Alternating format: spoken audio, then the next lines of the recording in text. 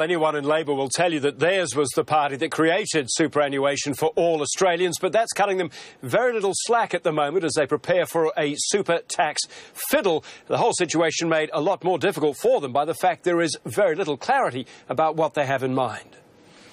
A super grab is coming and anger is rising. Let's be clear on one thing.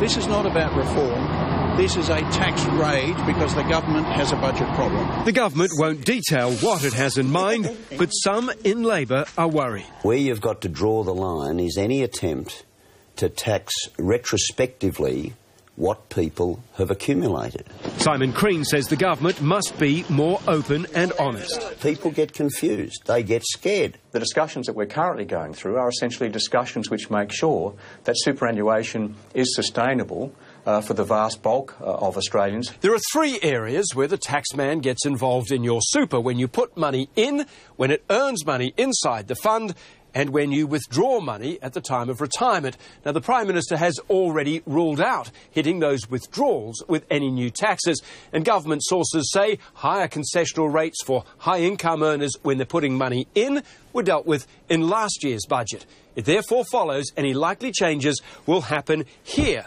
Higher taxes on what your money earns when it's inside the fund.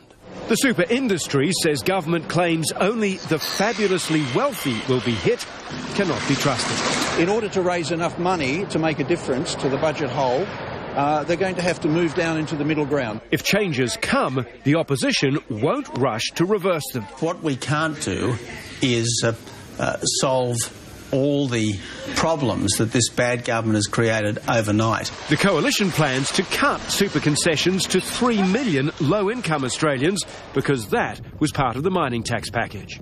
Now, as I understand it from calls today, the plan is to increase the tax on earnings for high-income earners on the money that they have in their funds. Now, that applies to money they may put into their funds in future, but also the earnings on the capital that is already there. That is why some are seeing it as a retrospective tax. That is a highly emotional area. Another thing to point out, of course, is that politicians, some of whom make hundreds of thousands of dollars a year, have their super under an entirely different system. As we know, whatever the pain may be coming in the budget, politicians will not be sharing it.